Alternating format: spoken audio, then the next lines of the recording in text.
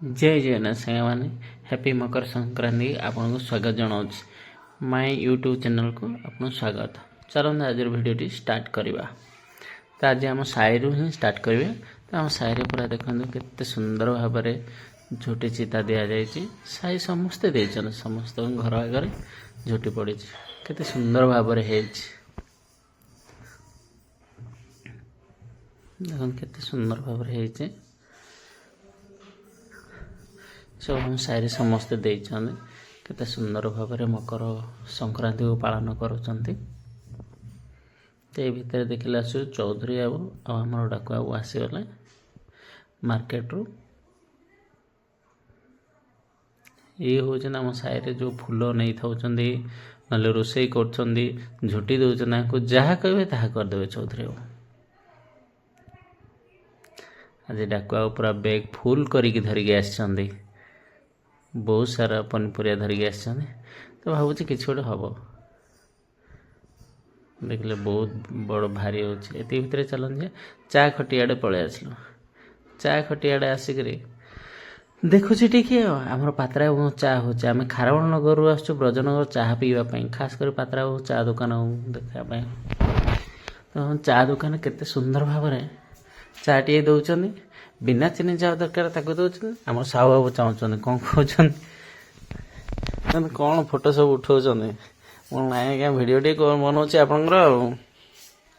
तो बिना चीनी जहाँ दरकार सी पी पारे जहाँ को मीठा चीनी दरकार सी भी मिल आम पात्रा बाबू चा दुकान देखुं चौधरी बाबू सकाल सकाल पूरा फोन पूरा व्यस्तता हो अच्छे सब कहते मत चाह टिके दिंतु बोलिक डाक पूरा शीतर थरुच। आज जाकट आने भूली डाक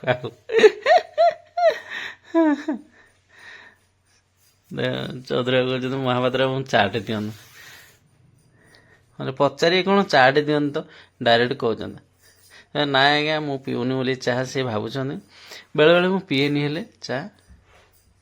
तो ये परिया मार्केट आड़े पलि आसलु देखु परिया मार्केट रे कौन केमती अच्छी आज जावा। तो दरकार थिला मूला टिके दरकार थिला आमर डाकू बाबू से कहे मूला बिड़ा सस्ता जाइए 10 टंका मूला बिड़ा 10 टंका आज ना मूला बिड़ा 10 टंका पतरटा पूरा जोर भांगीदेले मोड़े बीन किलो पचारे बीन किलो हूँ 100 टंका बापरे 100 टंका बीन किलो रेट कमिनी मार्केट रे को दिन को रेट थाए परिबा। तो आम आसलु टे कालू दुकान को पाखु जा बोल डाक कहली चलते टे कालू दुकान टे जा। कालू दुकान बोले ब्रजनगर हाइलाइट कालू दुकान किए बोले समस्त कहदे कालू दुकान से परिया बिकुचे सी आसूँ खलिंगी रू आस कालू एटे पालंग शाग अच्छी फूलकोबी अच्छी ब्रजनगर सकाल सकाल मार्केटा बहुत बढ़िया लगे। ये हूँ कालू कालू चदर घोड़े अच्छी कालू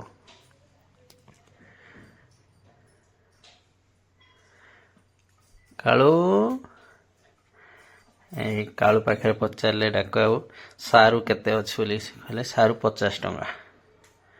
तो गोटे सारू धरले फूलकोबी बदल धरले फलकोबी गोटे धरले।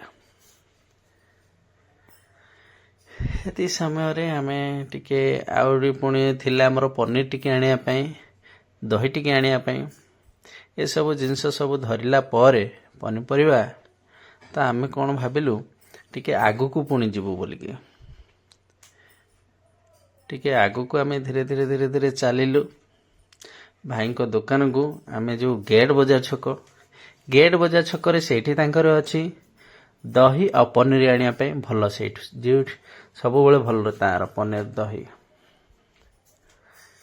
तो आम चलु था धीरे धीरे धीरे धीरे सकाळ महल टिके बढ़िया सूर्य किरण पड़ू थाए ठंडा ठंडा टिके लगु थाए बड़ा आनंद भी लगु थाए। आसी पहुँच गलु भाईना को दुकान रे भाईना पूरा खुशी कहले केते दिन आज देखा दुकान आड़े आसिलु आम हो भाईना टिके गुंड छेना टिके दिंतु दही टिके दे दिंतु नहीं धरी आसलु भाईना देखी टे मुर्की की हसी देले कथा तो सरला भाई देखी हसुचंद खाली ସେଇଠୁ ଆମେ ଧରିକି ଆସିଲୁ। ଏଇଟା ପୁରା ରୋଷେଇ ହେଉଥିଲା ସକାଳୁ ସକାଳୁ, ପୋଙ୍ଗଲ ନା ରୋଷେଇ ହେଉଥିଲା। ତା ସାଇବାବା ମନ୍ଦିର ଆଡ଼େ ଆମେ ଟିକେ ବୁଲିଗଲୁ। ଏମିତି ଧୀରେ ଧୀରେ ସାହିରେ ଚାଲିଲୁ ଆଗକୁ, ପୁଣି ଆଗକୁ ଚାଲୁଥାଏ, ଆଗକୁ ଆଗକୁ ଆଗକୁ ଆମର ଗାଡ଼ି ଚାଲୁଥାଏ। ପୁଣି କ'ଣ ହେଲା, ଗୋଟେ ଜାଗାରେ ପୁଣି ପରିବା ମାର୍କେଟ ପାଖେ ଦେଖିଲେ ଆମେ ରହିଯାଉ। ଆମେ ରହିଗଲୁ ମୁନିକା କିଣିବା ପାଇଁ। ଭାଇ ମୁନିକା ରେଟ୍ ଯେଉଁ କୁହନି, 200 ଟଙ୍କା କେଜି। ତଥାପି ଆମେ କ'ଣ କଲୁ, ଗୋଟେ ଅଧା କିଲୋ ଧରିଲୁ। ଡାକୁଆଙ୍କର ମୋର ବିଭିନ୍ନ ପ୍ରକାର ପନିପରିବା ଅଛି, କିନ୍ତୁ ଭାଇ ବହୁତ ରେଟ୍। ତ ଆମେ ଖୋଜୁଥିଲୁ ଆଉ ଟିକେ ଭେଣ୍ଡି, ଟିକେ ସାମ୍ବର ଚାରୁ କରିବା ପାଇଁ ଭାବିଥିଲୁ।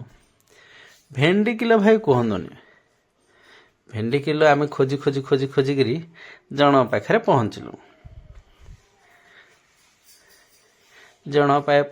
ଭେଣ୍ଡି ପଚାରିଲୁ ଯେ ଭାଇ ଭେଣ୍ଡି କେତେ? ସିଏ କହିଲା 100 ଟଙ୍କା। ବାପରେ ବାପ, ନୂଆ ଏବେ ଆସୁଛି ଭେଣ୍ଡିଟା, ଆଦାୟ ହେଉଛି, ସେଥିପାଇଁ 100 ଟଙ୍କା। ସେଇଥିରୁ ପୁଣି ଅଧା କିଲୋ ଧରିଲେ ଡାକୁଆ। ଯେଉଁ ରେଟ୍ ପନିପରିବା, ତଥାପି କ'ଣ କରିବା, ଖାଇବାକୁ ହିଁ ପଡ଼ିବ। ସେଇଠୁ ଆମେ ଭେଣ୍ଡି ନେଇକି ଆରାମସେ ଆଉଥରେ ଗୋଟେ କରିକିରି ଆମେ ଆସିଲୁ ଆମର ପାଣିଗ୍ରିଆ ପାଖକୁ। ପୁଣି ଛକକୁ ପଳେଇ ଆସିଲୁ। ପାଣିଗ୍ରିଆ ବାବୁ ବହୁତ ଦିନ ପରେ ଦେଖାହେଲେ। ଟିକେ ଚା ଟିକେ ମାରିଦେଇକି କହିଲେ, ଏଇ ମୂଲ୍ୟ ଦେଖନ୍ତୁ ଭିଡ଼ିଓ ଟିକେ ହେଉଛି।